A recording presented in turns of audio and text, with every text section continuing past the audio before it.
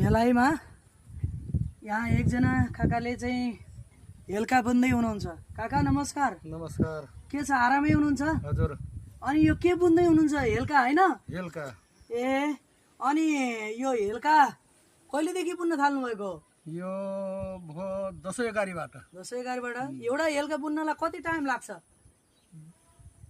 2-2.5 महिना लाग्छ। 2-2.5 महिना है। अनि यो बिक्रीको लागि हो कि आफ्नो घर चलाउनका लागि आफैले? यो बिक्रीको लागि। बिक्रीको लागि। कसरी बेच्ने गर्नु भएको छ? यो ठिक्क भएको सबै काठसाट हालिकन काठ हालेर। हजुर। 2500 मा बेच। 2500 मा। ए अनि यो धागो तपाईले आफै बनाउनुहुन्छ? आफै। के को बनाउने गर्नुहुन्छ? यो नुनको बोरा। नुनको बोरा। नुनको बोरा उधार्यो। हजुर। उधारिकन यो टाकुन गर्यो अनि हजुर। त्यसैले गर्दाखेरि अब बाटिन फेरि 2 फेरा बाट्नुपर्छ। ए साथीहरु, तपाईहरुलाई थाहा छ कि छैन, यो हेल्का हो। चौधरीहरुको जातिमा यो माछा मार्नका लागि यो प्रयोग गरिन्छ।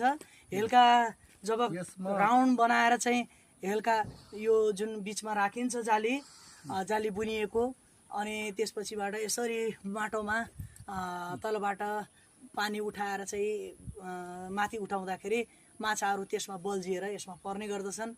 यो एउटा परम्परागत रूपमा माछा मार्ने एउटा चाहिँ यसमा माछा मारेको एकदम राम्रो साधन हो। गुइटा माछा मात्र। गुइता माछा यसमा विशेष गरिकन गुइता माछा बढी भागमा चाहिँ हिलोमा खेल्ने भएको कारणले गर्दा यो हिलोमा चाहिँ प्रयोग गर्दाखेरि हुने गर्छ। अनि वर्षमा तपाईँ कति जति हेल्का तयार गर्नुहुन्छ? मैले 6-7वटासम्म बिन्छु। 6-7वटासम्म बिन्नुहुन्छ। ए अनि यो मात्रै बिन्नुहुन्छ कि अरू पनि बिन्ने गर्नुहुन्छ? अरू त बिन्दैन। ए हेल्का मात्रै हो? बेला गए बेला अरू के बनाउने सिप छ तपाईसँग?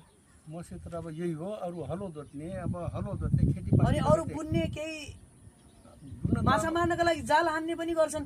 त्यो जाल तयार गर्नुहुन्छ कि गर्नुहुन्न? गर्नुहुन्न नि। त्यो अलिकति ठुलो भयो। जान्न त जान्नुहुन्छ। सिप भए पनि तपाईँले कसैले अर्डर गरी आयो भने त्यो पनि गर्नुहुन्छ होला? बट्यार पनि दिन्छु। बट्यार पनि बटै बजाउने बट्यार पनि बिन्नुहुन्छ उहाँले। तपाईँहरूलाई चाहिँ आवश्यक परेमा तपाईँहरू चाहिँ आउन सक्नुहुन्छ। उहाँसँग सम्पर्क गरेर चाहिँ तपाईँले चाहिँ तपाईँले आफ्नो नाम बताउनु।